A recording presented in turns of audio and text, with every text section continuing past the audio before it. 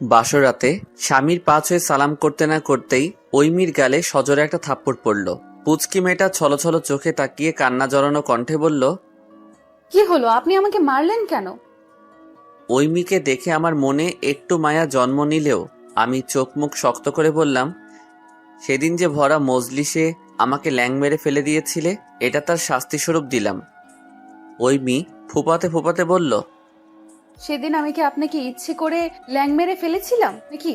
ওই যে আমার বান্ধবীরা তো আমার সঙ্গে বাজি ধরেছিল, আপনাকে ল্যাং মেরে দিতে পারলেই 100 টাকা দিবে। আমি তো লোভ সামলাতে পারিনি, তাই আপনাকে ল্যাং মেরে ফেলে দিয়েছিলাম। ঐমি ছোট বাচ্চাদের মতো করে বলল। জানেন, ওই হারামিগুলো এখনো আমার টাকা দেয়নি। আমি অবাক চোখে ঐমির দিকে তাকিয়ে রইলাম কিছুক্ষণ। কি সাংঘাতিক মেয়ে বাবা, সামান্য 100 টাকার জন্য মাঝ রাস্তায় ল্যাং মেরে আমাকে ফেলে দিল। পৃথিবীতে কি ছেলের অভাব পড়েছিল যে ল্যাং মারার জন্য তোমার আমাকেই পছন্দ হয়েছিল? ঐমি তাচ্ছিল্য মার্কা হাসি দিয়ে বলল, পৃথিবীতে অভাব পড়েছিল কি না জানি না, কিন্তু আমাদের নাগেশ্বরীতে আপনার মতো মেন্টাল ছেলের খুব অভাব। আমি চোখ পাকিয়ে বললাম, তোমার এত বড় সাহস, তুমি আমাকে মেন্টাল বললে? মেন্টাল নয় তো কি বলবো? ভর দুপুরে আপনি এই চোখে সানগ্লাস, কানে হেডফোন লাগিয়ে হাফ প্যান্ট পরে রাস্তায় মেয়েদের সামনে পাছা দোলাতে দোলাতে যেভাবে হাঁটছিলেন, সেটা একমাত্র মেন্টালের পক্ষে সম্ভব। এক্সকিউজ মি, ওটা হাফ প্যান্ট না, ওটাকে 3/4 বলে। আর আমি মোটেও দলিয়ে দলিয়ে হাঁটিনি সেদিন। চোখের ডাক্তার দেখাও গিয়ে, তোমার চোখে মনে হয় সমস্যা আছে। ঐমি আমার অতি নিকটে এসে বলল, ওই চ্যাংরা চেংড়িদের মতো এত ফাল পারেন কিসের জন্য? বেশি কথা না বলে টাকা দেন। আমি হা করে ওর মুখের পানে চেয়ে রইলাম। ঐমি আমাকে হা করে তার দিকে তাকিয়ে থাকতে দেখে বলল, হাঁ করে কি দেখেন? দেন, এখন আমার টাকা দেন। আমি অবাক হয়ে বললাম, কিসের টাকা? ভরা মজলিসে মাঝ রাস্তায় তুমি ল্যাং মেরে ফেলে দিলে আমাকে মাত্র 100 টাকার জন্য। আর তোমরা বেয়াদব বান্ধবীগুলো তোমাকে সেই টাকা এখনো দেয়নি, এখনো সেই টাকাও আমাকে দিতে হবে? আরে বুদ্ধু, আমি কি ওই টাকার কথা বলছি নাকি? তাহলে কিসের টাকা? আরে বাসর রাতে স্বামী বউকে উপহার দেয় না, আমি সেটার কথাই বলছি। আপনি তো আর আমার জন্য কোনো গিফট নিয়ে আসেন নাই, তাই এখন আমাকে টাকা দেন। আর আপনি যদি চান তাহলে বাজের 100 টাকাও দিতে পারেন, আমি মাইন্ড করব না। বলেই মুচকি আসলো। ইম্পসিবল, আমি 1 টাকাও তোমাকে দিতে পারবো না। ঐমি চোখ বড় বড় করে আমার দিকে তাকিয়ে আমার আরো একটু কাছে এসে চোখে চোখ রেখে বলল, কি বললেন? আবার একটু বলুন তো। আমি চোখ ফিরিয়ে নিয়ে বললাম, আমি 1 টাকাও তোমাকে দিতে পারবো না। বেয়াদব মেয়েটা সঙ্গে সঙ্গে আমার পাঞ্জাবির কলার ধরে মুখের কাছে মুখ নিয়ে এসে বলল, তুই দিবি না, তোর বাপ দিবে। বলেই মেরে দিল সজোরে একটা লাথি। ও মা গো বলে আমি ফ্লোরে বসে পড়লাম। এই ফাঁকে পরিচয়টা দিয়ে নেই, আমি শামিল ইয়াসার অঙ্কুর। আর এতক্ষণ যার সঙ্গে কথা বলছিলাম সে আমার সদ্য বিয়ে করা বউ। বিয়েটা যদিও জোর করে দেওয়া হয়েছে, তবুও বউ তো বউ। আপনাদের হয়তো জানতে ইচ্ছে করছে কিভাবে কি হলো, তাহলে শুনুন আমাদের কাহিনী। আমি কিছুদিন আগে বেশ বড়সড় একটা ছ্যাঁকা খাইছি, যার ফলে সারাদিন মন খারাপ করে বসে থাকতাম, কোনো কিছুই ভালো লাগতো না। একসময় মনে হতে লাগলো আমি ডিপ্রেশনে চলে যাচ্ছি। তাই মন ভালো করার জন্য কুড়িগ্রামে আমার কাকার কাছে চলে গেলাম। যদি মনটা একটু ভালো হয়। কাকা এখানে একাই থাকেন, তিনি সারাদিন অফিসের কাজ নিয়ে ব্যস্ত থাকেন, আর আমি সারাদিন বসে বসে ডিম পাড়ি। ইচ্ছে হলে সকাল বিকাল একটু আশেপাশে ঘোরাঘুরি করি। সেদিন কি হয়েছে বুয়া এলেন না, যার ফলে দুপুরে খাবার খাওয়ার জন্য আমাকে বাইরে যেতে হলো। আমার পরনে ছিল 3/4 প্যান্ট আর একটা ব্ল্যাক কালারের টি শার্ট। আমি আর চেঞ্জ না করেই কানে ইয়ারফোন গজিয়ে বাসা থেকে বেরিয়ে পড়লাম। একটা হোটেলে গিয়ে খেলাম। খাবারের কথা আর না বলি, কুড়িগ্রামের মানুষগুলো আবার রাগ করতে পারে, কিন্তু আমার কাছে আমার বগুড়ার খাবারই বেস্ট। তো অঘটন ঘটলো ফেরার পথে। আমি হেঁটে হেঁটে ফিরছিলাম। বেশ কিছুক্ষণ ধরে আমার পেছন থেকে মেয়েদের হাসাহাসির আওয়াজ কানে আসছিল, কিন্তু আমি সেদিকে নজর না দিয়ে ভদ্র ছেলের মতো মাথা নিচু করে হাঁটছিলাম। হঠাৎ করে একটা বেয়াদব মেয়ে আমার পাশে থেকে ল্যাং মারলো, আর আমি গিয়ে পড়লাম গতকাল রাতে বৃষ্টিতে জমা পানির মধ্যে। আমার অবস্থা দেখে মেয়েগুলো হাসিতে ফেটে পড়ল। আমি কাদা থেকে উঠে পা থেকে লোফার খুলে ওদের দিকে এগিয়ে যেতেই বেয়াদব চিংড়ি গুলো দৌড়ে পালালো। ইচ্ছে তো করছিল সবকটার গাল থাপ্পড় দিয়ে লাল করে দিতে। আমি একটু পেছন পেছন গেলাম ওদের। যে মেয়েটা আমাকে ল্যাং মেরেছিল সে আমাকে কাঁচকলা দেখিয়ে কুড়িগ্রামের আঞ্চলিক ভাষায় কি জানি বলল। আমি সে কথার আগা মাথা কিছুই বুঝলাম না। আমি ইচ্ছে করলে ওদেরকে ধরতে পারতাম, কিন্তু এটা তো আর আমার এলাকা না। আর এসব ক্ষেত্রে মেয়েদের কোনো দোষ থাকে না, সব দোষ হয় ছেলেদের। পরে কি থেকে কি কেসে ফেসে দিবে তখন হবে আরেক বিপদ। তাই আর ওদের পেছনে গেলাম না। কিন্তু কথাই আছে না, অভাগা যেদিকে যায় সন্ধ্যা সেদিকে হয়। আমার ক্ষেত্রেও ঠিক সেটাই ঘটলো। ফিরে এসে দেখি আমার একটা লোফার কুত্তা মুখে নিয়ে বিদ্যুৎ গতিতে ছুটে চলেছে। হায় হায়, আমার 2200 টাকা দামের লোফার কুত্তার মুখে আমি এখন পাই কি দিব? আমার 2200 টাকা দামের লোফার না, মানে 2199 টাকা।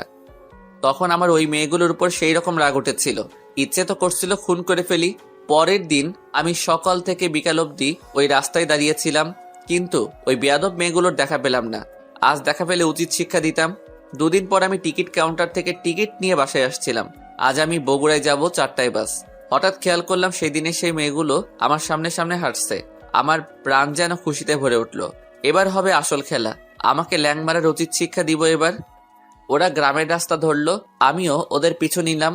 রাস্তাটা বেশ ফাঁকা। আমি একবার ভালো করে সামনে পেছনে দেখে নিয়ে তাদের সামনে গিয়ে টাইটানিকের মতো দুহাত প্রসারিত করে দাঁড়িয়ে দুপাটি দাঁত বের করে একটা শয়তানি হাসি দিয়ে বললাম, কি মিস, চিনতে পেরেছেন তো? আমাকে দেখে ওদের চোখ ছানা বড়া। আমি ওই মেয়ের দিকে এগিয়ে ওকে ভয় দেখানোর জন্য ওর হাত ধরে বললাম, তুমি সেদিন আমাকে কাদায় ফেলেছিলে, আজ আমি তোমাকে ড্রেনে ফেলবো। ভেবেছিলাম ভয় পেয়ে সরি টরি বলবে, কিন্তু বেয়াদব মেয়েটা আমার হাতে জোরে একটা কামড় বসিয়ে দিল।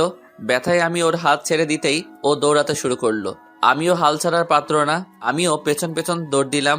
এবার ওকে মজা বুঝিয়ে ছাড়বো। আমার সাথে দৌড়ে পার পাবে না। আমি কখনোই দৌড় প্রতিযোগিতার সেকেন্ড ছাড়া ফার্স্ট হতে পারিনি। একটা বাড়ির সামনে গিয়ে ওকে আবার ধরলাম। ওই মেয়ে কাঁপা কাঁপা কণ্ঠে বলল, খবরদার আমার সাথে উল্টাপাল্টা কিছু করার চেষ্টা করবেন না, তাহলে কিন্তু ভালো হবে না বলে দিচ্ছি। মেয়ে সব দিক দিয়ে ফেসে গেছে, তবুও তার তেজ কমেনি। আমি ওই মেয়ের কানের কাছে মুখ নিয়ে গিয়ে ফিসফিস করে বললাম, বেয়াদব মেয়ে, তুমি আমার হাতে কামড় দিয়েছো না? আমি তোমার গালে কামড় দিব, যে পরবর্তীতে কোনো ছেলের সাথে বেয়াদবি করার পূর্বে আমার দেওয়া শাস্তির কথা তোমার মনে পড়ে। খবরদার আমাকে ছোবেন না, তাহলে কিন্তু আপনাকে পস্তাতে হবে বলে দিলাম। আমি ওর গালের কাছে মুখ নিয়ে গিয়ে জোরে একটা কামড় বসাবো। ঠিক সেই মুহূর্তে কিছু সিনিয়র পার্সন এসে আমাকে ঘিরে ধরলো। এরপর উত্তম মধ্যম দিতে শুরু করলো। রাস্তাঘাটে মেয়েদের সাথে অসভ্যতামি করা, চল কমিশনারের কাছে চল। বলে আমার কলার ধরে টানতে টানতে নিয়ে যাচ্ছে। আমি কত বললাম আমি কিছুই করিনি, আপনারা ভুল বুঝতেছেন, কিন্তু কেউ আমার কথা শুনলো না। কি এক বিপদ! কমিশনারের বাসায় আমাকে নিয়ে বিচার হলো। কমিশনার পারলে আমাকে গিলে খায়। মুরব্বীদের কেউ কেউ বলছেন এই শালাকে পুলিশে দেন। এই জীবনে আমার একটা খারাপ রিপোর্ট নেই। এখন যদি আমাকে পুলিশে দেয় তাহলে আমি বাসায় মুখ দেখাবো কিভাবে? হায় আল্লাহ, এ কোন বিপদে পড়লাম আমি মনে মনে বললাম, আল্লাহ তুমি আমাকে এই বিপদ থেকে রক্ষা করো। আমি 50 টাকা ফকিরকে দিব। সঙ্গে সঙ্গে আমার মনে হলো কে যেন আমার কানে ফিস ফিস করে বলছে, অঙ্কুর তুই এত কিপটা কেন? আমি আবার বললাম, আচ্ছা 500 দিব। না, এটাও অনেক কম। তাহলে এই মাসের বেতনের অর্ধেক দিব। না, এটা আবার বেশি হয়ে যাচ্ছে। অর্ধেকের অর্ধেক দিব। আল্লাহ, এর থেকে বেশি আমি দিতে পারবো না। তুমি প্লিজ আমাকে এবারের মতো বাঁচিয়ে দাও। গ্রামবাসীর কথা শুনে তিনি ঐমিকে ডাকলেন। কমিশনার ঐমিকে তার পাশে বসিয়ে নরম স্বরে জিজ্ঞেস করলেন, মা, সত্যি কি এই চ্যাংড়া তোমার সাথে কিছু করেছে? সঙ্গে সঙ্গে ইন্ডিয়া যেমন সুইচ গেট খুলে বাংলাদেশকে পানিতে ভাসিয়ে দেয়, ওই মেয়েও ঠিক তেমনি তার চোখের পানি দিয়ে পদ্মা মেঘনা ভাসিয়ে দিচ্ছিল। একটু পর ফুপিয়ে ফুপিয়ে কাঁদতে কাঁদতে বলল, বাবা, এই চ্যাংড়া অনেক দিন ধরে আমার পিছু নিয়েছে, অনেক দিন ধরেই আমাকে প্রেমের প্রস্তাব দিচ্ছে। আমি ওনার কুপ্রস্তাবে রাজি না হওয়ায় আজ আমার সাথে। বলে আবার কান্না করতে শুরু করলো। আমি তো যেন আকাশ থেকে পড়লাম। শেষ পর্যন্ত কমিশনারের মেয়ে, তাও আবার 1 নাম্বারের মিথ্যাবাদী। কত বড় অভিনেত্রী! আমি নাকি ওর পেছন পেছন ঘুরি। ও আল্লাহ, তুমি আমাকে বাঁচাও। আমি আমার এই মাসের অর্ধেক বেতন ফকিরকে দান করব। আল্লাহ, তুমি আমারে বাঁচাও। আঙ্কেল, আপনি বিশ্বাস করেন আপনার মেয়ে মিথ্যা কথা বলতেছে? প্রেমের প্রস্তাব তো দূরের কথা, আমি কখনোই ওর পেছন পেছন ঘুরি নাই। 3 দিন আগে সে আমাকে মাঝ রাস্তায় ভরা মজলিসে ল্যাং মেরে কাদায় ফেলে দিয়েছিল। আঙ্কেল জানেন, আপনার মেয়ের জন্য আমার 2200 টাকার জুতা, না মানে 1 টাকা ছাড় দিয়েছিল, 2199 টাকার জুতা কুকুর নিয়ে পালিয়েছে। আমি শুধু সে যেন পরবর্তীতে আর কোনো ছেলের সাথে বেয়াদবি না করে, এই জন্য তাকে একটু ভয় দেখানোর জন্য ওর হাত ধরেছিলাম। তাছাড়া আমি আর কিছু করিনি আঙ্কেল। আমার কোনো খারাপ মতলব ছিল না। আমি মেয়েদের সবসময় সম্মান করি। ওই মেয়ে ওর বাবাকে জড়িয়ে ধরে বলল, বাবা, এই শয়তান চ্যাংড়া মিথ্যা কথা বলছে, ওই কুত্তা আমার গায়ে হাত দিয়েছে। বলে আবার ফুপিয়ে ফুপিয়ে কাঁদতে লাগলো। কমিশনার সাহেব আর নিজেকে কন্ট্রোল করতে পারলেন না। সজোরে এক থাপ্পড় আমার গালে বসিয়ে দিলেন। আমার গালে থাপ্পড় পড়ার পর আমি করুণ চোখে ওই মেয়ের দিকে তাকাতেই দেখলাম বেয়াদব মেয়েটা আমার দিকে তাকিয়ে মুখ ভেঙচি কাটছে। আমি গালে হাত দিয়ে ভাবতে লাগলাম, কি সাংঘাতিক মেয়ে, একের পর এক মিথ্যা কথা বলেই যাচ্ছে। আমার আর বুঝতে বাকি রইল না যে বেয়াদব মেয়েটা স্টার জলসার সিরিয়ালের নিয়মিত দর্শক। তা না হলে এমন নিখুঁত অভিনয় করতে পারতো না। আল্লাহ, তুমি আমারে এই মহা বিপদ থেকে রক্ষা করো। আমি আমার এই মাসের পুরো বেতন ফকিরকে দিয়ে দিব, শুধু আমার থাকা খাওয়ার খরচ বাদে। প্লিজ আমাকে রক্ষা করো। বিশ্বাস করেন আঙ্কেল, আপনার মেয়ে এক নম্বরের মিথ্যাবাদী। আমি ওর গায়ে মোটেও হাত দেইনি। আমি আপনার মাথা ছুঁয়ে বলতে পারি। বলে তার মাথায় হাত দিতে যাব, উনি চোখ বড় বড় করে আমার দিকে এমনভাবে চাইলেন যে এখনই উনি আমাকে কাঁচা গিলে ফেলবেন। আমি ভয়ে হাত ঘুরিয়ে আমার মাথায় রেখে আমতা আমতা করে বললাম, না মানে আমার মাথায় হাত রেখে বলছি আঙ্কেল, আমি সত্যি ওর গায়ে হাত দেইনি। আপনি চাইলে ওর সাথে যারা ছিল তাদের কাছে থেকে শুনতে পারেন। বিশ্বাস করেন আঙ্কেল, আমি সত্যিই কিছু করিনি। আপনার মেয়ে তো আমার ছোট বোনের মতো। কোনো বড় ভাই কি তার বোনের গায়ে হাত দিতে পারে? আমি তো শুধু বলতে চেয়েছিলাম রাস্তাঘাটে অপরিচিত কোনো ছেলের সঙ্গে ফাইজলামি করা ঠিক না। আমি পকেট থেকে টিকিট বের করে মুখে কাঁদো কাঁদো ভাব এনে বললাম, এই দেখেন আঙ্কেল, আমি 4টার বাসে আজই কুড়িগ্রাম ছেড়ে চলে যাব। আপনি প্লিজ আমাকে যেতে দিন। বিশ্বাস করেন আঙ্কেল, কুড়িগ্রামে যত মেয়ে আছে আজ থেকে সবাই আমার বোন। আমি আর জীবনেও কুড়িগ্রামে আসবো না। আপনি বললে কুড়িগ্রাম কেন, আমি রংপুর বিভাগের ধারে কাছেও পা ফেলবো না। আঙ্কেল প্লিজ আমাকে যেতে দিন। আমার অসহায় চেহারা দেখে মনে হয় না আঙ্কেলের মনে একটু দয়া মায়া হলো। তিনি রসগোল্লার মতো বড় বড় চোখ করে আমার দিকে তাকিয়ে রইলেন। আমি মনে মনে আল্লাহকে স্মরণ করতে লাগলাম, আল্লাহ তুমি আমাকে এই ভয়াবহ বিপদ থেকে রক্ষা করো। আমি সত্যি আমার এই মাসের পুরো বেতন ফকিরকে দান করব। খাওয়া খরচ বাসা ভাড়া কিছুই নিব না, সব টাকায় দিয়ে দিব, শুধু তুমি আমাকে বাঁচাও। আঙ্কেল গভীর গলায় বললেন, এই চ্যাংড়া, তোর বাড়ি কোন জায়গায়? জি আঙ্কেল, আমার বাসা বগুড়ায়। তো কুড়িগ্রামে কেন এসেছিস? ঘুরতে এসেছিলাম আঙ্কেল। তো এখানে কার বাড়িতে থাকিস? আমার কাকার বাসায়। তোর কাকা কি করে? পল্লী বিদ্যুতে চাকরি করে। ও, মাসে মাসে বিল তুলে? আমি মুখে হাসি ফুটিয়ে বললাম, না না, আমার কাকা ইঞ্জিনিয়ার।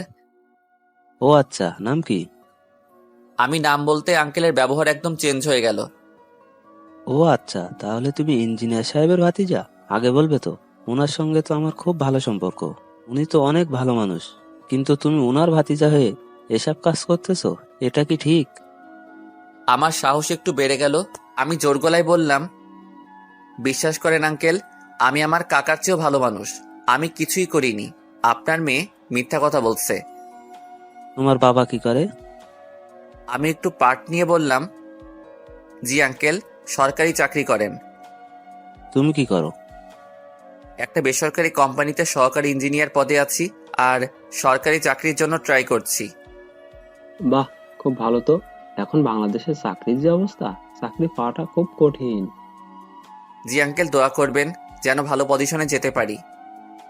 বেটা এত প্রশ্ন করতেছে যেন ওর মেয়ের সাথে আমার বিয়ে দিবে। আঙ্কেল হাসি মুখে বললেন, অবশ্যই, দেখো দেখি কাণ্ড।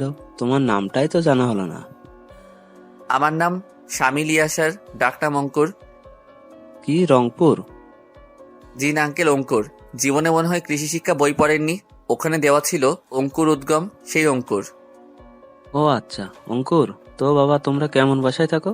মানে পাকা বাসা নাকি মাটির বাসা? তুই থেকে বাবা, বাহ কি উন্নতি। আমি বুক ফুলিয়ে বললাম, জি আঙ্কেল, আমরা পাকা বাসায় থাকি। তোমার ফোনে তোমার বাড়ির কোনো ছবি আছে কি? না, তবে আমার রুমের ছবি আছে মনে হয়। আচ্ছা, ছবিটা দেখাও তো। আমি আমার রুমের ছবি দেখালাম। উনি বললেন, জানালা থাই না? আসলে একতলা বাসা তো, তাই থাই লাগানো হয়নি। আমাদের ওখানে চোরের উপদ্রব বেশি তো। ও আচ্ছা, তা বাবা, বাসায় গ্যাস আছে তো নাকি? সাপ্লাই গ্যাস তো নেই, তবে সিলিন্ডার গ্যাস আছে। আচ্ছা, তো বাবা, তোমার মা রান্না বান্না কি গ্যাসের চুলায় করেন নাকি খড়ির চুলায় রান্না করেন? বেশিরভাগ সময় তো গ্যাসে রান্না করেন। কেন বলুন তো? না, কিছু না, এমনিতে জানতে চাইলাম আর কি। তা বাবা, তুমি সিগারেট টিগারেট খাও নাকি? না না, সিগারেটের গন্ধ আমার সহ্য হয় না, তাই সবসময় এসব থেকে দূরে থাকি। আঙ্কেল অনেকক্ষণ ধরে কি জানি ভাবলেন। এরপর ফোনে কার সাথে যেন বেশ কিছুক্ষণ ধরে কথা বললেন। গ্রামের লোকজন যারা ছিল তাদের চলে যেতে বললেন।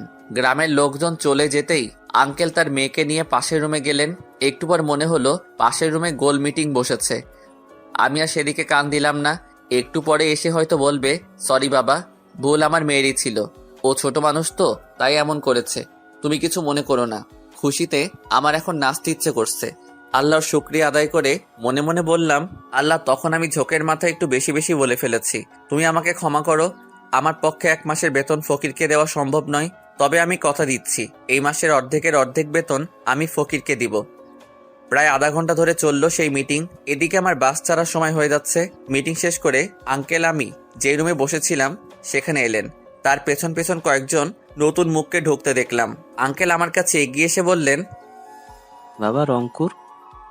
আমি একটু হাসার চেষ্টা করে বললাম, রংকুর না আঙ্কেল, অঙ্কুর। বেয়াদব মেয়েটা দেখে মুখ টিপে হাসছে। আঙ্কেল মুচকি হেসে বললেন, ওই একই তো। শোনো, এটা হলো আমার ছোট মেয়ে ঐশী। বলে মেয়েটাকে কাছে টেনে নিলেন। আমি তার পেছনে একটা মহিলা দাঁড়িয়েছিলেন তাকে দেখিয়ে বললেন। ও আমার স্ত্রী। শেষে বেয়াদব মেয়েটাকে দেখিয়ে বললেন, ওকে তো চেনই, ওর নাম হচ্ছে ওই মেয়ে, আমার বড় মেয়ে এবং খুব আদরের মেয়ে। আমি মনে মনে বললাম, অতিরিক্ত আদর দিয়ে দিয়েই তো মেয়েটাকে বাদর বানিয়েছেন। মেয়ে তো নয়, আজ তো একটা ডাইনি। আমি আঙ্কেলকে বলতে যাব আমার বাসের সময় হয়েছে, আমাকে এখন যেতে হবে। ঠিক সেই মুহূর্তে আঙ্কেল আমার মুখের কথা কেড়ে নিয়ে বললেন। তোমার আব্বার নাম্বারটা দাও তো। আমি অবাক হয়ে জিজ্ঞেস করলাম, আমার বাবার নাম্বার দিয়ে কি করবেন আঙ্কেল? উনি আমার কাঁধে হাত রেখে বললেন, দেখো বাবা, ভুল যখন একটা করেই ফেলেছো তখন তো শুধরানো প্রয়োজন, তাই না? আমার মান সম্মান যা যাওয়ার তা তো গেছেই। আমি চাই না তোমার কারণে তোমার বাবা মার মান সম্মান অন্য হোক। তোমার বাবার সাথে কথা বলে তোমার আর ওই মেয়ের বিয়ে দিব। কথাটা শোনার সঙ্গে সঙ্গে আমার মাথায় যে কটা চুল বাকি ছিল সেগুলো যেন ঝরে পড়ে গেল। ওরে আল্লাহ, এ কি মহা বিপদে পড়লাম। আল্লাহ, আমি 2 মাসের বেতন ফকিরকে দান করে দিব। আল্লাহ, তুমি আমাকে রক্ষা করো। কি হলো বাবা, নাম্বারটা দাও। তোমার চাচাও ফোন বন্ধ করে রাখছে, তার সাথে না হয় পরে কথা বলা যাবে, আগে তোমার বাবার সাথে কথা বলি।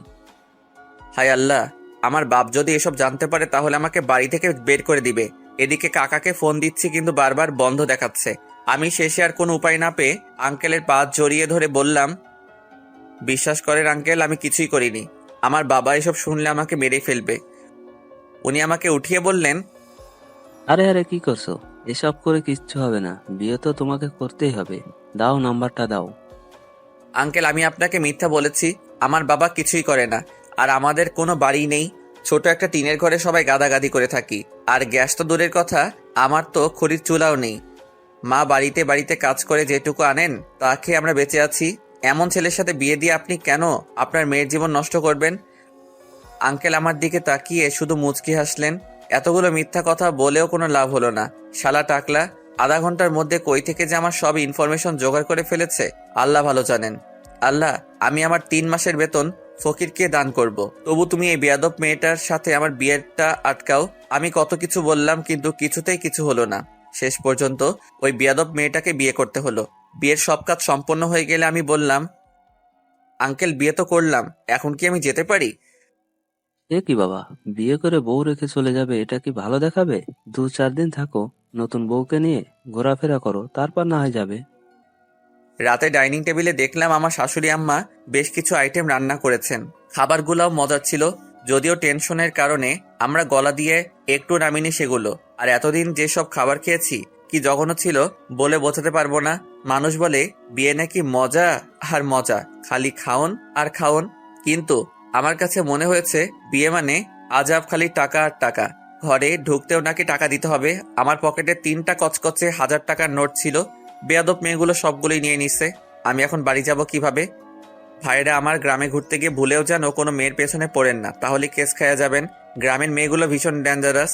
তবে সবাই না, বন্ধুকে সবকিছু খুলে বললাম। ওই হারামজাদা বলল, যা হবার তা তো হয়ে গেছে বন্ধু, এখন আর কান্নাকাটি না করে ভাবির কাছে গিয়ে বিড়াল মারো গিয়ে। বর্তমান বেয়াদব মেয়ে, তোমার এত বড় সাহস, তুমি আমার বউয়ের সম্পদে হাত দাও? ওই মেয়ে ভেঙচি কেটে বলল, আমি আপনার বউ, সো আপনি পুরোটাই আমার সম্পদ। আমি যা ইচ্ছা তাই করতে পারি। বাবার বাসার আবদার নাকি আমি তোমার মতো বেয়াদব মেয়েকে বউ হিসেবে মানি না? তুই মানবি না, তোর বাপ পর্যন্ত মানবে। একদম অসভ্যদের মতো আচরণ করবেন আমার সাথে। কিছু বলছি না দেখে ভেবো না মাথা কিনে নিয়েছো। আচ্ছা তাহলে ভালোভাবেই বলতেছি, ওগো প্রাণের স্বামী আমার টাকা দেন। এসব ঢং আমার পছন্দ না। আমার কাছে 1 টাকাও নেই। তোমার বেয়াদব বান্ধবীগুলো আমার সব টাকা নিয়ে নিচ্ছে। এমনকি আমার বাসায় যাওয়ার টাকাটাও বেয়াদবগুলো নিয়ে নিচ্ছে। ও আচ্ছা, এই ব্যাপার। আপনার হাত ঘড়িটা সুন্দর। আমার দুলাভাই জাপান থেকে পাঠিয়েছেন। ও মা, সত্যি? আমার না খুব শখ জাপানি ঘড়ি হাতে দেওয়ার। আমি কি আপনার ঘড়িটা হাতে দিতে পারি? আমি ঘড়ি খুলে ওর হাতে দিলাম। ঐমি ঘড়ি হাতে পড়ে বলল, আপনার ফোনটা একটু দেখি। কেন, ফোন নিয়ে কি করবে? ছবি ওঠাতাম আর কি। আমি সরল মনে ফোন দিলাম।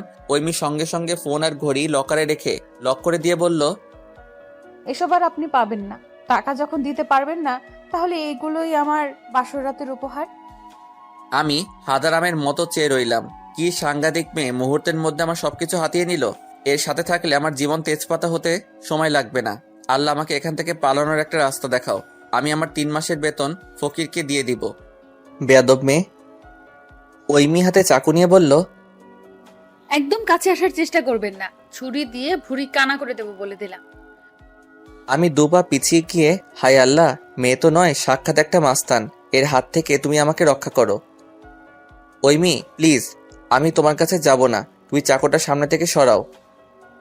সত্যি তো, পরে কাছে এলে কিন্তু আপনার অবস্থা খারাপ করে দেব। সত্যি। আমার অকালে মরার কোনো শখ নেই। আমি এখনো বিয়েই করিনি। বিয়ে না করে মরতে চাই না। ঐমি আমার কথা শুনে ভ্রু কুঁচকে বলল, তাহলে আমি কে? আমি জিহ্বায় কামড় দিয়ে একটু হাসার চেষ্টা করে বললাম, আসলে এটা আমার অভ্যাস। আগে সবসময় বলতাম তো, আর কিছুক্ষণ আগে বিয়ে করেছি তো মনে ছিল না। এমন জায়গায় মারবো, উঠতে বসতে শুধু বউয়ের কথাই মনে পড়বে। আমি 2 পাটি দাঁত বের করে মুখে হাসি ফুটিয়ে বললাম, ঐমি আমার ফোন আর ঘড়িটা দাও প্লিজ। ওগুলো এখন আর আপনি পাবেন না, ওগুলো এখন আমার। আচ্ছা, তোমার তো গিফট চাই তাই না? তুমি আমাকে বাইরে যাওয়ার ব্যবস্থা করে দাও। আমি এক্ষুনি তোমার গিফট এনে দিচ্ছি। সত্যি বলছেন? সত্যি। আমাকে কি আপনার বলদ মনে হয়? আমাকে কি পাগল কুত্তায় কামড়াইছে? আমি আপনাকে বাইরে যেতে দেব আর আপনি পালাবেন, তাই না? আর আপনার কাছে তো টাকা নেই, তাহলে আপনি গিফট কিনবেন কিভাবে? আমি আমতা করে বললাম, না মানে ওই আর কি, কোনো না কোনোভাবে জোগাড় করে দিতাম আর কি। ঐমি এক ধমক দিয়ে বলল, খবরদার কথায় কথায় আপনার গুমাখা দাঁত বের করবেন না। দাঁত তো নয়, যেন গোবর তলানো কোদাল। আপনার মানিব্যাগ দেন দেখি। আমি পকেটে হাত দিয়ে বললাম, কেন, মানিব্যাগ দিয়ে কি করবে? আমার মানিব্যাগে টাকা নেই তো, সব তোমার বেয়াদব বান্ধবীগুলো নিয়ে নিচ্ছে। ঐমি চোখ রাঙিয়ে বলল, দিতে বলছি, দিন।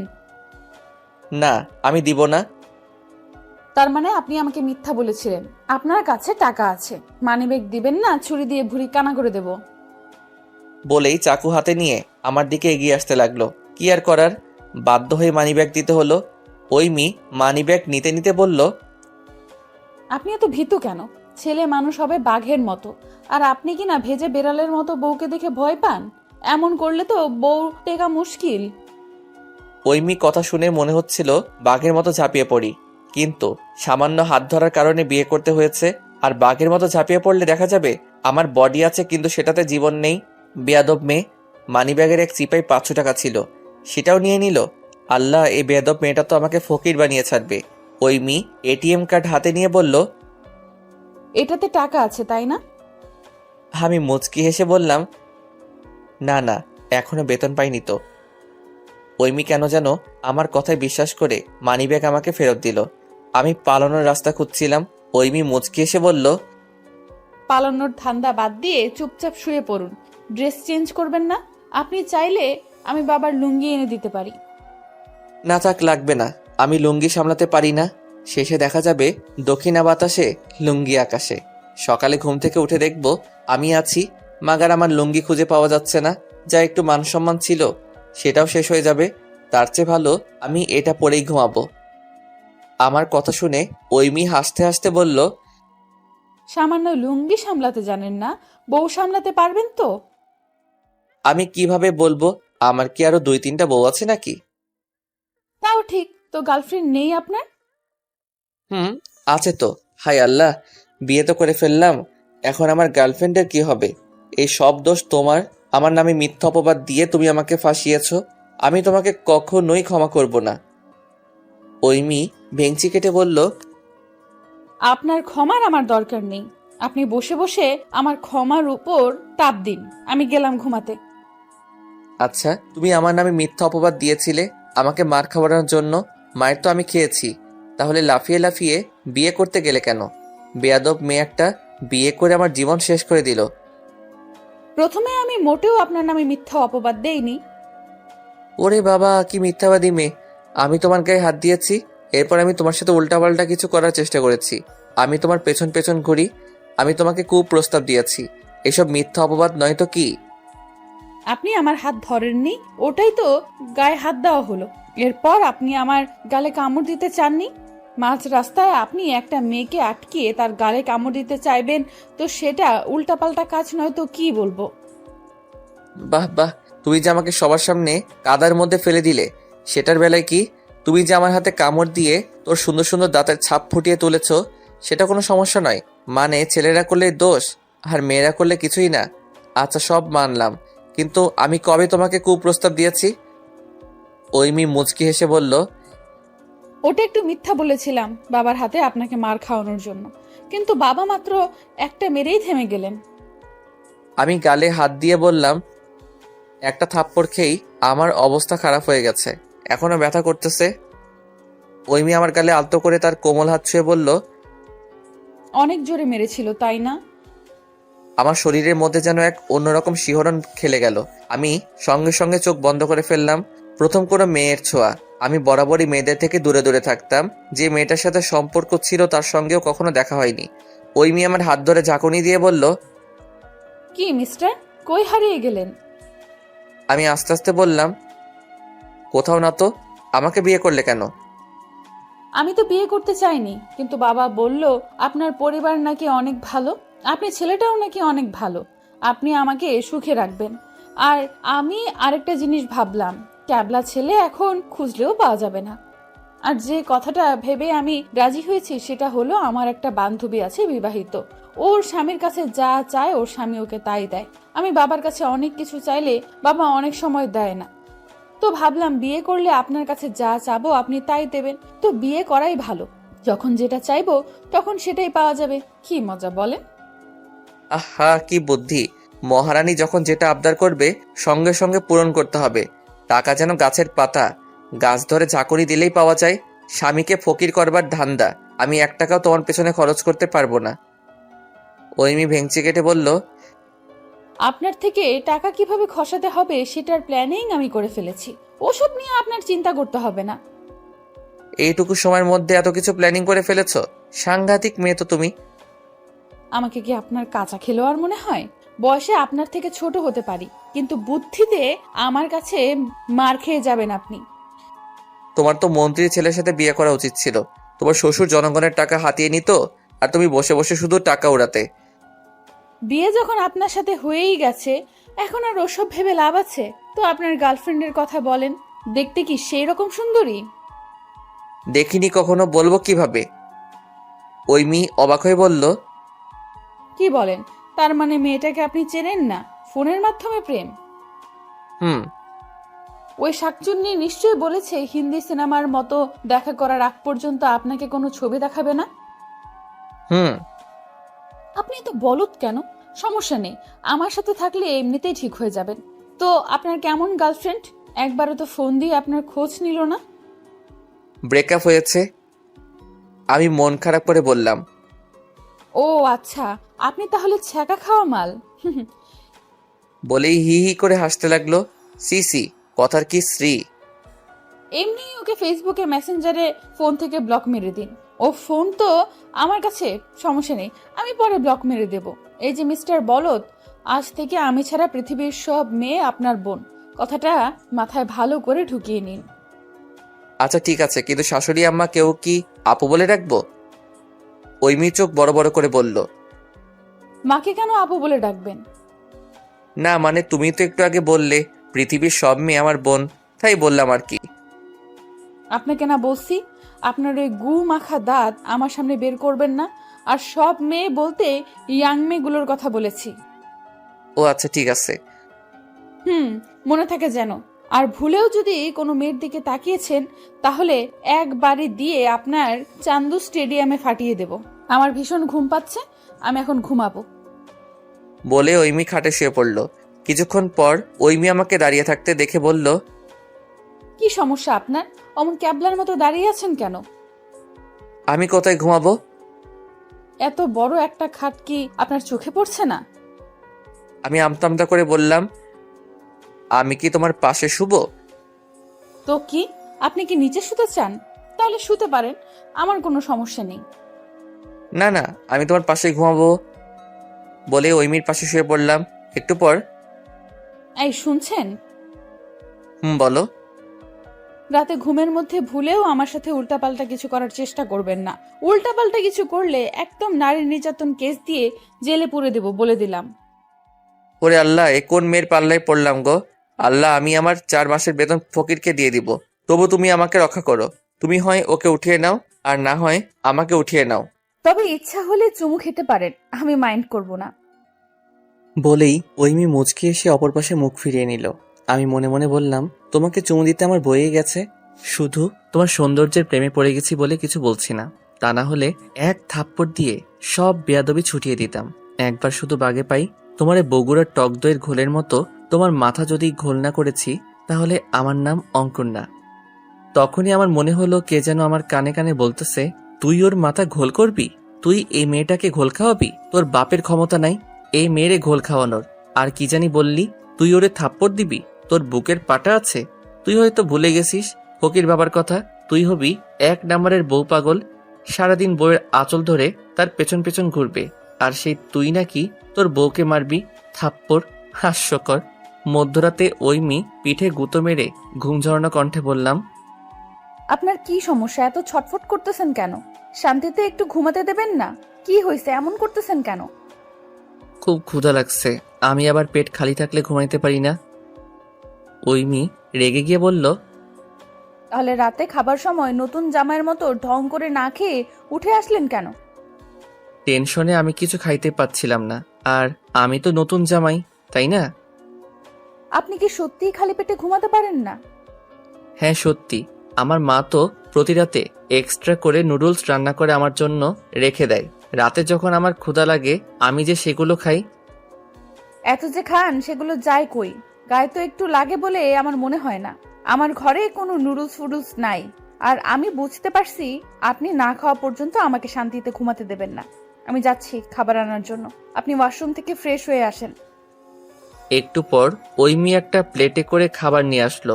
আমি খাবার মুখে দিয়েই বললাম, এগুলো তো ঠান্ডা হয়ে গেছে, এগুলো খাবো কিভাবে? মধ্যরাতে আপনাকে গরম করে খাওয়ানোর জন্য আপনার শাশুড়ি আম্মা জেগে নেই, তাই এখন কষ্ট করে এগুলো খেয়ে আমাকে উদ্ধার করেন।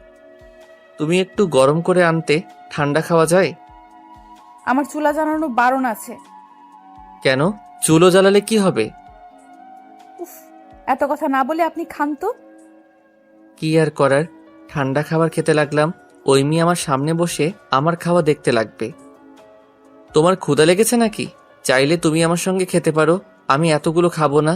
যাও গিয়ে হাতটা ধুয়ে আসো। না, আপনি খান, আমি দেখি। আমার ক্ষুধা নাই। আমি আর কথা না বাড়িয়ে খেতে লাগলাম। কিছুক্ষণ পর ঐমি হাঁ করে বলল, আমাকে একটু খাইয়ে দিন না। ঐমি কথা শুনে প্রথমে আমি ভেবেছিলাম আমি সরাসরি বলে দিব সে যেন নিজে হাতে খায়, কিন্তু ওর চোখে চোখ পড়তেই আমার কেমন জানি ওর প্রতি অদ্ভুত একটা মায়া জাগ্রত হয়। আমি এক লোকমা ওর মুখের সামনে ধরতেই ও গপ করে খেয়ে নিল। আমিও খেলাম, ওকেও খাইয়ে দিলাম। ওকে খাওয়ানোর সময় বারবার শুধু ওর চোখের দিকে চাইছিলাম। ঐমি একসময় সেটা খেয়াল করে বলল, কি দেখছেন? আমি প্রথমে একটু ঘাবড়ে গেলেও পরে মিষ্টি হেসে বললাম, তোমার চোখ দুটো অসম্ভব সুন্দর। আর আমি বুঝি সুন্দর না? তুমি অনেক সুন্দর ঐমি। মুচকি এসে বলল, জি না, আমি সুন্দর না, আমি সুন্দরী। জানো ঐমি, তোমার চোখে যে কি পরিমাণ মায়া তা আমি বলে বোঝাতে পারবো না। তোমার চোখ দুটি যদি কোনো কবি দেখতেন তাহলে হয়তো এতক্ষণে কবিতা লিখে ফেলতেন। খাওয়া দাওয়া শেষ করে ঐমি বলল, যদি আপনি কিছু মনে না করেন তাহলে আমি একটা কথা বলতে চাই। কথা বলবে তো এতে আবার অনুমতি নেওয়ার কি আছে? নির্দ্বিধায় বলে ফেলো। আসলে আই এম সরি, আমার জন্য আপনাকে অনেক অপমানিত হতে হয়েছে। আমার জন্য হয়তো আপনার বিয়ে নিয়ে অনেক স্বপ্ন ভেঙে গেছে। আমার জন্য আপনি মার খেয়েছেন। আমার জন্য আপনি অনেক কষ্ট পেয়েছেন।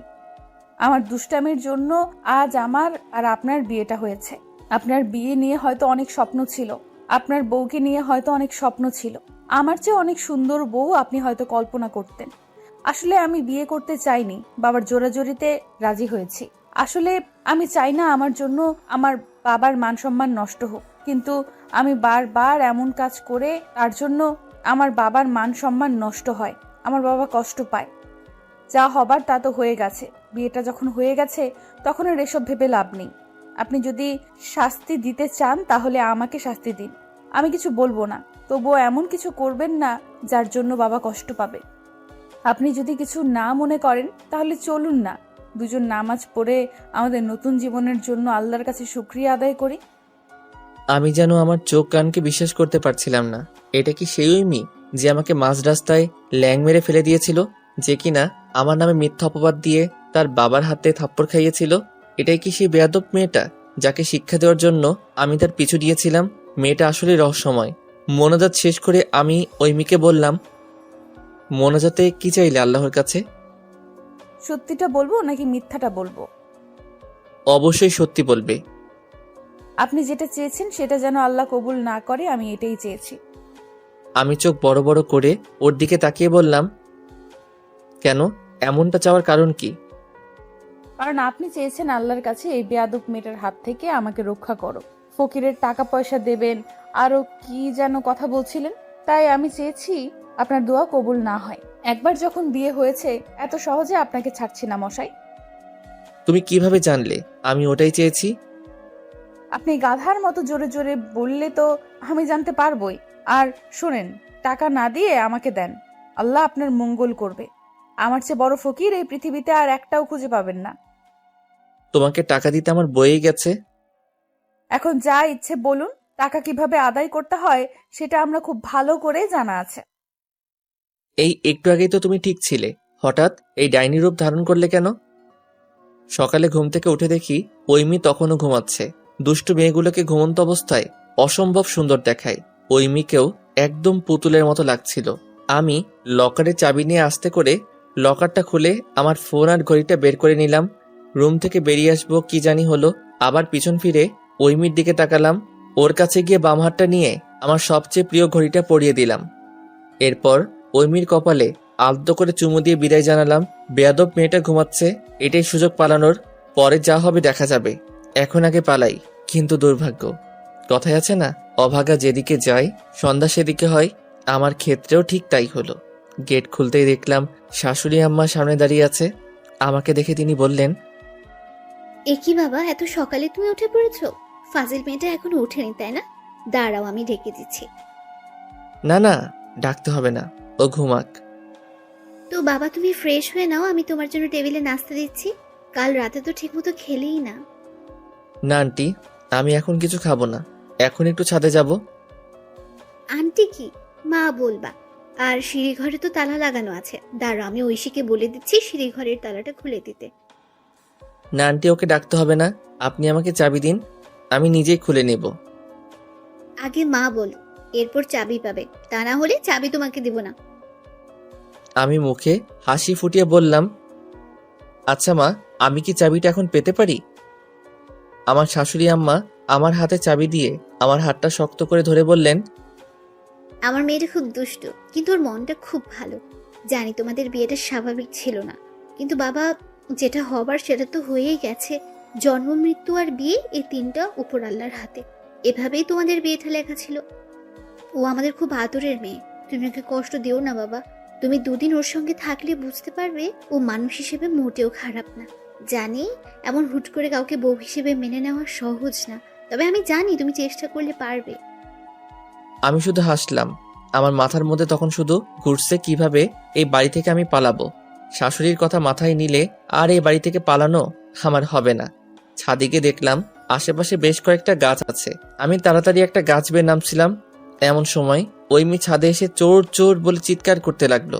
হঠাৎ ঐমির চিৎকার শুনে ভয়ে আমি কেঁপে উঠলাম। সঙ্গে সঙ্গে হাত ফসকে আমি ধপাস করে নিচে পড়ে গেলাম। ও মা গো, আমারে বাঁচাও গো, আমার কোমর ভেঙে গেল গো। ঐমি উপর থেকে 32টা দাঁত বাইর করে খিলখিল করে হাসতে লাগলো। মুখ ভেঙচি কেটে বলল, কেমন লাগে আমাকে রেখে পালিয়ে যাওয়া হচ্ছে? এখন বুঝ মজা।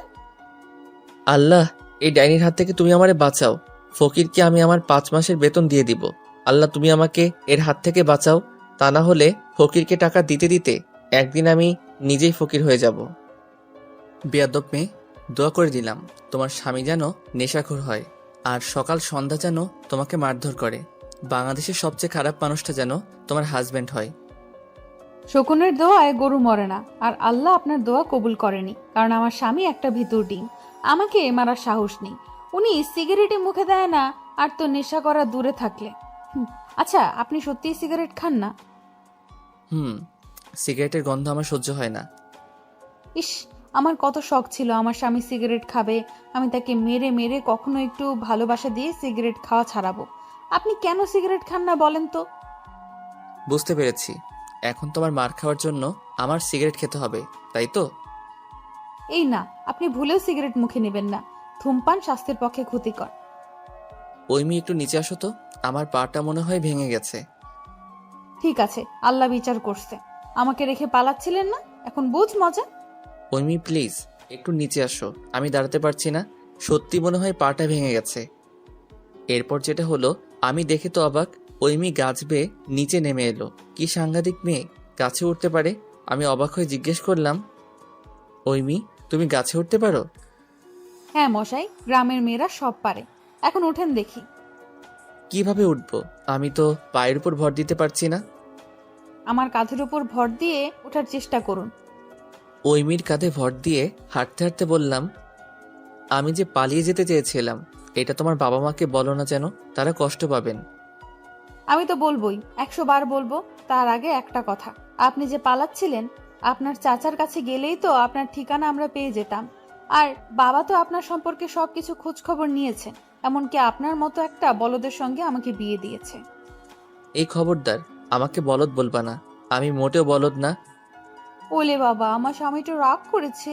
কেঁদো না বাবু, আম্মাকে বলে আসছি তোমার জন্য ফিডার তৈরি করতে। বেয়াদব মেয়ে, একদম ঢং করবা না, আমার এসব একদম পছন্দ না। আর আমাকে কি তোমার ফিডার খাওয়া বাচ্চা মনে হয়? না, আপনাকে তো আমার চুমু খাওয়া বাচ্চা মনে হয়। তারপর ঐমি গালে একটা চুমু দিয়ে বলল, ঠিক আছে, আর বলবো না। আমি চোখ বড় বড় করে ওর দিকে তাকিয়ে বললাম, এটা কি হলো? কেন চুমু খেলাম? তোমার সাহস তো কম না, তুমি আমার গালে চুমু দাও। ওরে বাবা, আপনি যখন আমার কপালে চুমু দিলেন তার বেলায় কিছু না, আমি দিলেই দোষ? আমি অবাক হয়ে জিজ্ঞেস করলাম, তুমি তখন জেগেছিলে? ঐমি মুচকি হেসে একটু লজ্জা পেয়ে বলল, হ্যাঁ জেগেছিলাম। তাহলে তখন তুমি আমাকে আটকালে না কেন? আমি দেখতেছিলাম আপনি কি করেন। ঐমি তোমাকে ঘুমন্ত অবস্থায় অসম্ভব সুন্দর দেখায়। ওমা তাই? আমার প্রেমে টেমে পড়ে যাননি তো? তোমার মতো বেয়াদব মেয়ের প্রেমে পড়তে আমার বয়েই গেছে। একদিন এই বেয়াদব মেয়েটার জন্যই পাগল হবেন। বাড়িতে ঢুকতেই শাশুড়ি আমা ছুটে এসে বললেন, এ কি বাবা, তুমি না ছাদে গেলে? এমন অবস্থা হলো কিভাবে? মা, তোমার জামাই লটকন গাছ থেকে পড়ে গেছে। হাই হাই, বলিস কি? কিভাবে পড়লো? কোথাও লাগেনি তো? সকাল সকাল তোমার জামাই লটকন গাছে উঠে চোরের মতো লটকন পাড়ছিল। আমি মনে করেছিলাম চোর, তাই চোর চোর বলে চিৎকার দিতেই তোমার জামাই বাবাজি ধপাস করে গাছ থেকে পড়ে গেছে। বলে ঐমি হো হো করে হাসতে লাগলো। কোথাও লাগেনি তো বাবা? এই মেয়েটা আসলে 1 নম্বরের বেয়াদব। স্বামী গাছ থেকে পড়ে গেছে আর ও নির্লজ্জের মতো হিহি করে হাসছে। ঐমি মুখ ভেঙচি কেটে বলল, উচিত শিক্ষা হয়েছে। এখন মা, আমাকে গালি দেওয়া বন্ধ করে বাবাকে ডাক দাও, ওনাকে হসপিটালে নিয়ে যেতে হবে। পাটা মনে হয় ভেঙে ফেলেছে। এক্সরে করার পূর্বে আমি আস্তে আস্তে বললাম, আল্লাহ দয়া করে পা যেন না ভাঙে। আমি ফকিরকে 500 টাকা দিব। থুক্কু, ফকিরকে দিলে কাজ হবে না, আমার বউকে 500 টাকা দিব। এটা বেশি কম হয়ে গেল। আচ্ছা, আর একটা শূন্য বাড়িয়ে দিলাম, 5000 টাকা দিব। তবু তুমি আমার পাটাকে ভাঙার হাত থেকে রক্ষা করো। এক্স-রে রিপোর্ট পাওয়ার পর আমার বউ বলল, 5,000 টাকা রেডি করেন। কিসের 5000? ওই যে তখন আপনি বললেন না যে আপনার যদি পা না ভাঙে তাহলে 5,000 টাকা দিবেন, আমাকে সেটার কথাই বললাম। ডাক্তার বলেছেন আপনার পায়ে কিছু হয়নি। তোমার মনে হয় মাথা খারাপ হয়েছে। আমি কেন তোমাকে 5000 টাকা দিতে যাব? আর আমি তোমাকে কোনো টাকা পয়সা দেওয়ার কথা কখনো বলি নাই। টাকা না দিলে আমি নিজেই আপনার পা ভেঙে দেব বলে দিলাম। আল্লাহ, ফকিরকে এত এত টাকা দিতে চাইলাম, কিন্তু তুমি আমাকে এই বেয়াদব মেয়েটার হাত থেকে বাঁচালে না। আর এই বেয়াদব মেয়েটাকে 5000 টাকা দিতে চাইলাম, আর তুমি আমার কথা কবুল করে ফেললে। হায় রে কপাল, আমার জীবন তেজপাতা। আমি বেডে শুয়ে শুয়ে ঐশীর সঙ্গে গল্প করছি। ঐমি এসে ঐশীর পাশে বসতে বসতে বলল, এখন ব্যথা কি কমেছে? ঐমি, আমাদের দুজনের জন্য একটু চা নিয়ে আসো তো, মাথাটা একটু ধরেছে, খুব চা খেতে ইচ্ছে করছে। ঐমি ভেঙচি কেটে বলল, ঐশী, তোর দুলাভাইকে বলে দে যার খেতে ইচ্ছে করছে সে যেন বানিয়ে খায়। আমি কাউকে চা বানিয়ে খাওয়াতে পারবো না। দুলাভাই, আপনি বসেন, আমি চা নিয়ে আসতেছি। আরে তুমি কেন যাবে? ও যাক না, সারাদিন তো কোনো কাজ নাই, শুধু দুষ্টুমি করে দিন পার করে। একটু কাজ করুক না। তুমি আমার পাশে বসো, তোমার গল্প শুনতে ভালোই লাগছে। ঐমি ভেঙচি কেটে বলল। হং দেখে বাঁচি না। এরপর রাগে ফুঁসতে ফুঁসতে বাইরে চলে গেল। আচ্ছা ঐশী, তোমার বোন এমন কেন? ওর মতো বেয়াদব মেয়ে আমি আমার জন্মে দেখিনি।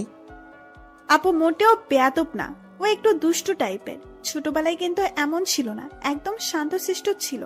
ক্লাস 5-এ পড়তে আপুর সাথে একটা দুর্ঘটনা ঘটে। আপুর সামনে একটা মেয়ে গায়ে কেরোসিন ঢেলে আগুন ধরিয়ে আত্মহত্যা করে। ওই ঘটনার পরে অনেকদিন অসুস্থ ছিল, কারোর সঙ্গে কথা বলতো না। রাতে ঘুমের মধ্যে চিৎকার করে উঠতো। আগুন দেখলে অনেক ভয় পেত। মা এখন আপুকে রান্নাঘরে ঢুকতে দেয় না। এরপর আস্তে আস্তে আপু স্বাভাবিক হতে শুরু করে। ওই ঘটনার পর আপু ভুল করলেও বাবা মা কিছু বলতো না। দুষ্টুমি করলে বাবা আপুকে আরো উৎসাহ দিত। যখন একেবারে পুরোপুরি স্বাভাবিক হয়ে যায় তখন আপুর দুষ্টুমি আরো বেড়ে যায়। বাবা মা কিছু বলতো না, যার ফলে আপু যা ইচ্ছা তাই করে বেড়াতো। অন্যের গাছের আম চুরি করা থেকে শুরু করে যত ফলমূল আছে সব চুরি করত। আর আপুর বান্ধবীরাও প্রচুর দুষ্টু। ওদের সাথে মিশে মিশে আপুও দুষ্টু হয়ে গেছে। আর কমিশনারের মেয়ে তো যা ইচ্ছে তাই করে বেড়ায়, কেউ কিছু বলে না। আর ওর দুষ্টুমি দেখতে দেখতে আমাদের অভ্যাস হয়ে গেছে। প্রতিদিন যে কত বিচার আসতো আগে। আর ও যদি দুষ্টুমি না করে তাহলে কেমন কেমন জানি লাগে। সেদিন মনে হয় যে বাড়িতে শোক দিবস পালন হচ্ছে। আর বাবার আশকারা পেয়ে পেয়ে আপু দুষ্টু হয়েছে। তবে আপুর মন কিন্তু খুব ভালো। ও হয়তো অনেক দুষ্টামি করে কিন্তু কাউকে কখনো কষ্ট দিতে চায় না। আপু খুব মিশুক টাইপের মেয়ে। আমাদের বাসায় অবশ্য সবাই মিশুক, তবে আপু একটু বেশি। তবে দুলাভাই একটা কথা বলি, আপু কিন্তু ভীষণ অভিমানী। একবার যদি অভিমান করে বসে তাহলে তার অভিমান ভাঙানো কিন্তু খুব কঠিন। তো আপনি একটু সাবধানে থাকেন। আচ্ছা, তোমার আপুর কি কি পছন্দ? আপু ঘুরতে পছন্দ করেন, এরপর শাড়ি খুব পছন্দ করে, শপিং করতে পছন্দ করে, এরপর গিফট পেতে খুব পছন্দ করে। আপুর যদি কখনো মন খারাপ হয় বা বাবা তার জন্য গিফট নিয়ে আসে আর ওর মন ভালো হয়ে যায়, বাবা তো প্রায় প্রতিদিনই আপুর জন্য গিফট নিয়ে আসে। তার মানে আমার আর ফকির হতে বেশি সময় লাগবে না। আল্লাহ, তুমি আমাকে রক্ষা করো। কিছু বললেন কি? না না, কিছু বলিনি। রাতে ডাইনিং টেবিলে গিয়ে দেখি আমার চাচা কবজি ডুবিয়ে খাচ্ছে। আমাকে ঐমির কাঁধে ভর দিয়ে আসতে দেখে বলল, কি বেটা, ঘুরতে এসে বিয়ে করে ফেললি?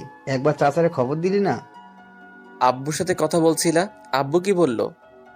বিয়ে করছো তুই, জামাই আদর খাচ্ছিস তুই, মজা নিব তুই। আমি কেন বলবো? তুই নিজে তোর বাপের সঙ্গে কথা বলবি। আমি বললে আমাকে বাড়ি থেকে বের করে দিবে। তুমি একটু বুঝিয়ে বলো না। আচ্ছা আগে খাইতে দে, তারপরে ভাববো বলবো কি বলবো না। শাশুড়ি আমা বলল, কি হলো বাবা, তুমি খাচ্ছ না কেন? খাইতে ইচ্ছে করতেছে না মা। সঙ্গে সঙ্গে ঐমি বলে উঠল, আমি কিন্তু আজ মধ্যরাতে উঠে আপনাকে খাবার দিতে পারবো না বলে দিলাম। এই মেয়েটা আমার ইজ্জত আর রাখলো না। রাতে ঘুমানোর সময় ধন্যবাদ ঐমি। হঠাৎ ধন্যবাদ কেন? তুমি কাউকে আমার পালানোর কথা বলো নাই, তাই তোমার বাবা মা শুনলে হয়তো অনেক কষ্ট পেত। ও আচ্ছা, এই কথা। ধন্যবাদ দিয়ে আমার কাজ নেই, টাকা দেন। তুমি কথায় কথায় এত টাকা টাকা করো কেন? আচ্ছা বাদ দাও, ওই মেয়ে তোমার পুরো নামটা যেন কি? নিশা দানিকা ওইমি। হাই হাই, তুমি একাই দেখি তিনজনের নাম খাইয়া ফেলছো।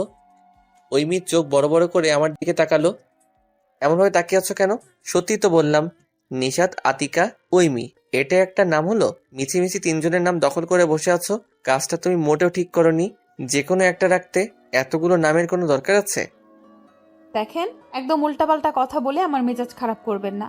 একদম লাঠি নিয়ে এসে আপনার পায়ে বাড়ি দিয়ে একদম সত্যি সত্যি ভেঙে দিব কিন্তু। আচ্ছা বলবো না, আমার মাথাটা খুব ব্যথা করতেছে, একটু টিপে দিবা? গলা টিপে দিব, নিবেন? ওইমি, তুমি এমন কেন? তোমার বোন কত ভালো, কি সুন্দর করে কথা বললে, আমার পা টিপে দিল, আমারে নিজ হাতে চা বানিয়ে চা খাওয়ালো, কত সুন্দর কবিতা শোনালো, আর তুমি সামান্য মাথা টিপে দিতে পারবে না? যান না, ওর কাছেই যান না, ওকে আপনার কাছে ডেকে দিব। আপনার মাথা টিপে দিবে, আপনাকে কবিতা শোনাবে, গান শোনাবে, যা চাইবে তাই করবে। ইস, তাহলে তো আমি ভুল করে ফেললাম। ওকেই বিয়ে করা উচিত ছিল। ভুলবশত তোমার সঙ্গে হয়ে গেছে। শ্বশুর মশাইকে বিষয়টা বলতে হচ্ছে। ভুল করে মিস্টেক হয়ে গেছে। বউটা এক্সচেঞ্জ করতে হবে। ওই খবরদার, আমার বোনের দিকে নজর দিবেন না। ও আপনার ছোট বোন হয়, ছোট বোনের নজরে দেখবেন। কিভাবে ও আমার ছোট বোন হলো? ঐশী তো আমার শালি হয়, আর শালি মানে আদি ঘর। এমন মার মারবো সব লুচ্চামি ছুটে যাবে। সকালে ওরে আল্লাহ, ছি ছি ছি ছি ছি ছি, আপনি এত বড় বিছানায় হিসু করছেন? আমি লাফ দিয়ে উঠে বসলাম। আমার প্যান্ট সহ আমি যেখানে শুয়েছিলাম সেখানে অনেকটা অংশ জুড়ে ভেজা। আপনার লজ্জা শরম কিছুই নাই? এত বড় একটা ছেলে হয়ে আপনি বিছানায় হিসু করেন? এরপর জোরে জোরে চিৎকার করে বলতে লাগলো, মা, মা, তোমার জামাই বাবাজি বিছানায় হিসু করেছে। আমি ওইমির মুখ চেপে ধরে বললাম, প্লিজ চিৎকার করো না, আমি সত্যি বলছি, আমি এমন কিছু করি না। তাহলে কি ভূত এসে আপনার প্যান্ট আর বিছানা ভিজিয়ে দিয়ে গেছে? বিশ্বাস করো ওইমি, আমার বুদ্ধি বয়স থেকে আমি কখনোই বিছানায় হিসু করিনি। আজ যে কিভাবে কি হলো আমি কিছুই বুঝতে পারছি না। তুমি প্লিজ কাউকে কিছু বলো না। আমার মান সম্মান যা ছিল তাও আর থাকবে না। আচ্ছা, কাঁদতে হবে না। আপনি যখন এত করেই বলছেন তখন আমি কাউকে কিচ্ছু বলবো না, কিন্তু আমার একটা শর্ত আছে। কি শর্ত? আমাকে 10,000 টাকা দিতে হবে। হায় আল্লাহ, এ বউ তো না আজ তো একটা ডাকাত, আমাকে ফকির বানিয়ে ছাড়বে।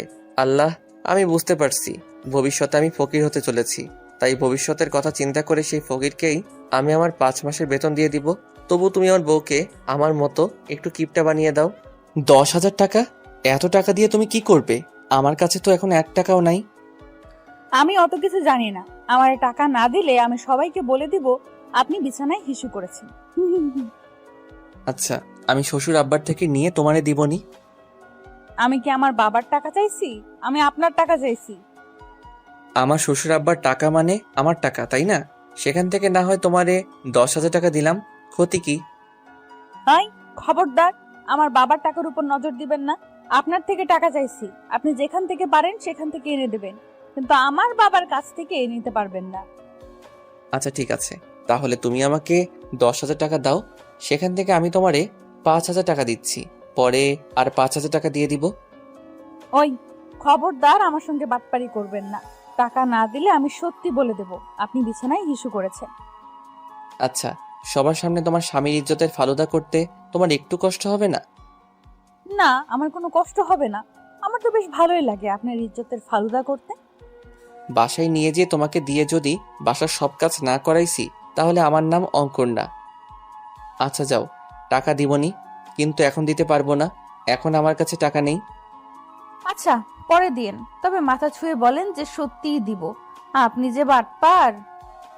আমি ওইমির মাথায় হাত রেখে বললাম, আমি সত্যি দিব। আপনার মাথায় হাত রেখে বলেন, আমার মাথায় না।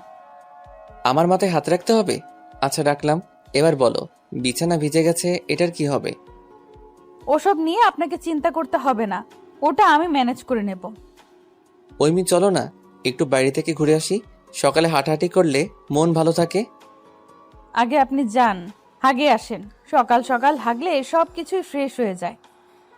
ছি ছি ছি, কি সব বাজে কথা বলো। আমি তো ঠিকই বলেছি, রাস্তার মধ্যে যদি আপনার আবার চাপ দেয় তখন কি করবেন নি? এমনিতেই তো আজকে বিছানায় হিসু করে দিয়েছো। বললেই ওইমি হিহি করে হাসতে লাগলো। আজ তো একটা বেয়াদব মেয়ে। তুমি গেলে চলো, না হলে আমি একাই যাব। আপনার না পায়ে ব্যথা, আপনি হাঁটবেন কিভাবে? এখন আর ব্যথা নাই। ব্যথা করলে সমস্যা নাই তো, তুমি তো আছো, তোমার কাঁধের উপর ভর দিয়ে দিয়ে হাঁটবো। শখ কত। আচ্ছা, আপনি আপনার কাপড় চেঞ্জ করেন, আমিও তৈরি হয়ে নেই। একটু তাড়াতাড়ি রেডি হও, মেয়েদের তো আবার 1 ঘন্টা আগে সাজগোজ কমপ্লিট হয় না। ওই বেটা লম্বু, আপনি দেখছেন আমার সাজগোজ করতে 1 ঘন্টা লাগে? সব মেয়েদের এক কাতারে দাঁড় করাবেন না। হইছে হইছে, যাও এখন গিয়ে তৈরি হয়ে নাও। আমি ওয়াশরুম থেকে কাপড় চেঞ্জ করে এসে দেখি আমার বউ বোরকা পরে রেডি 1 2 3 হয়ে গেছে। প্রথম যেদিন ঐমিকে দেখেছিলাম সেদিন ঐমিকে ঠিক এই বোরকাই পরেছিল। কালো বোরকা আর হিজাবের আড়ালে লুকিয়ে থাকা ঐমির মায়াভরা চোখ আর মিষ্টি মুখ দেখে আমি সেদিন মুগ্ধ হয়ে গিয়েছি। কিন্তু পর মুহূর্তে রাগ উঠেছিল, কিন্তু আজ আর রাগ লাগছে না। শুধু এক দৃষ্টিতে তার দিকে তাকিয়ে থাকতে ইচ্ছে করছে। মেয়েটা এত সুন্দর কেন? আমাকে হা করে তাকিয়ে থাকতে দেখে ঐমি তার মুখ ঢেকে ফেললো। আমি ঐমির কানের কাছে মুখ নিয়ে ফিসফিস করে বললাম, সুন্দর লাগতেছে আমার বউটাকে। ঐমি ভেংচি কেটে বলল, আজ সূর্য মনে হয় পশ্চিম দিকে উঠেছে, আর না হয় আপনার উপর জিন ভর করেছে, আর না হয় আমি স্বপ্ন দেখছি। কেন কেন এমনটা মনে হওয়ার কারণ কি?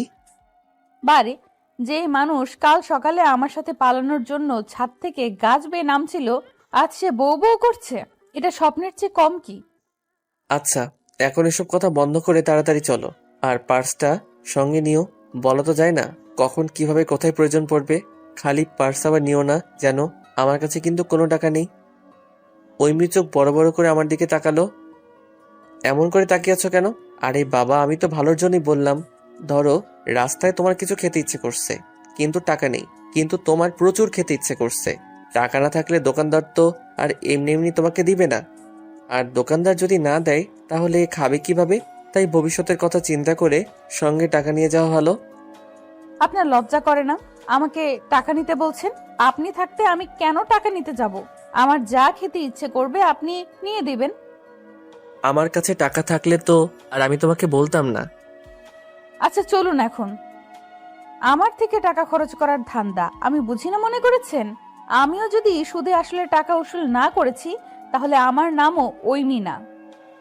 ফাঁকা রাস্তা, দুপাশে সারি সারি গাছ, একদম কোলাহল মুক্ত পরিবেশ বলা চলে। আমি ঐমির পাশে গিয়ে ঐমিকে বললাম, আমি কি তোমার হাতটা ধরতে পারি?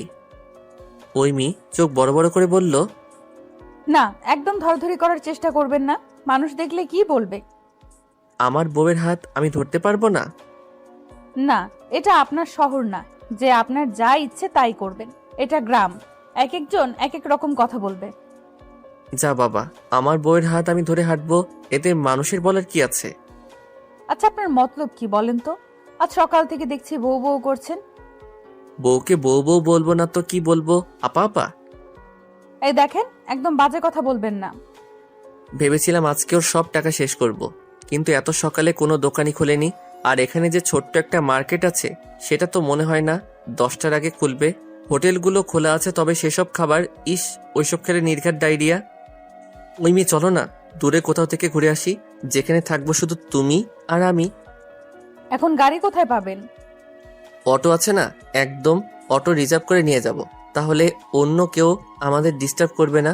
তুমি আমি পাশাপাশি হাতে হাত রেখে দূর অজানায় হারিয়ে যাব। ওই মেয়ে ভেংচি কেটে মনে মনে বলল, ওরে বাবা, শখ কত! আমার টাকায় ফুর্তি করার খুব ইচ্ছে আপনার, তাই না? আমি 1 টাকাও খরচ করব না। দেখেন এবার আমি কি করি। কি হলো, তুমি চুপ কেন? তার মানে তুমি আমার সঙ্গে যেতে রাজি?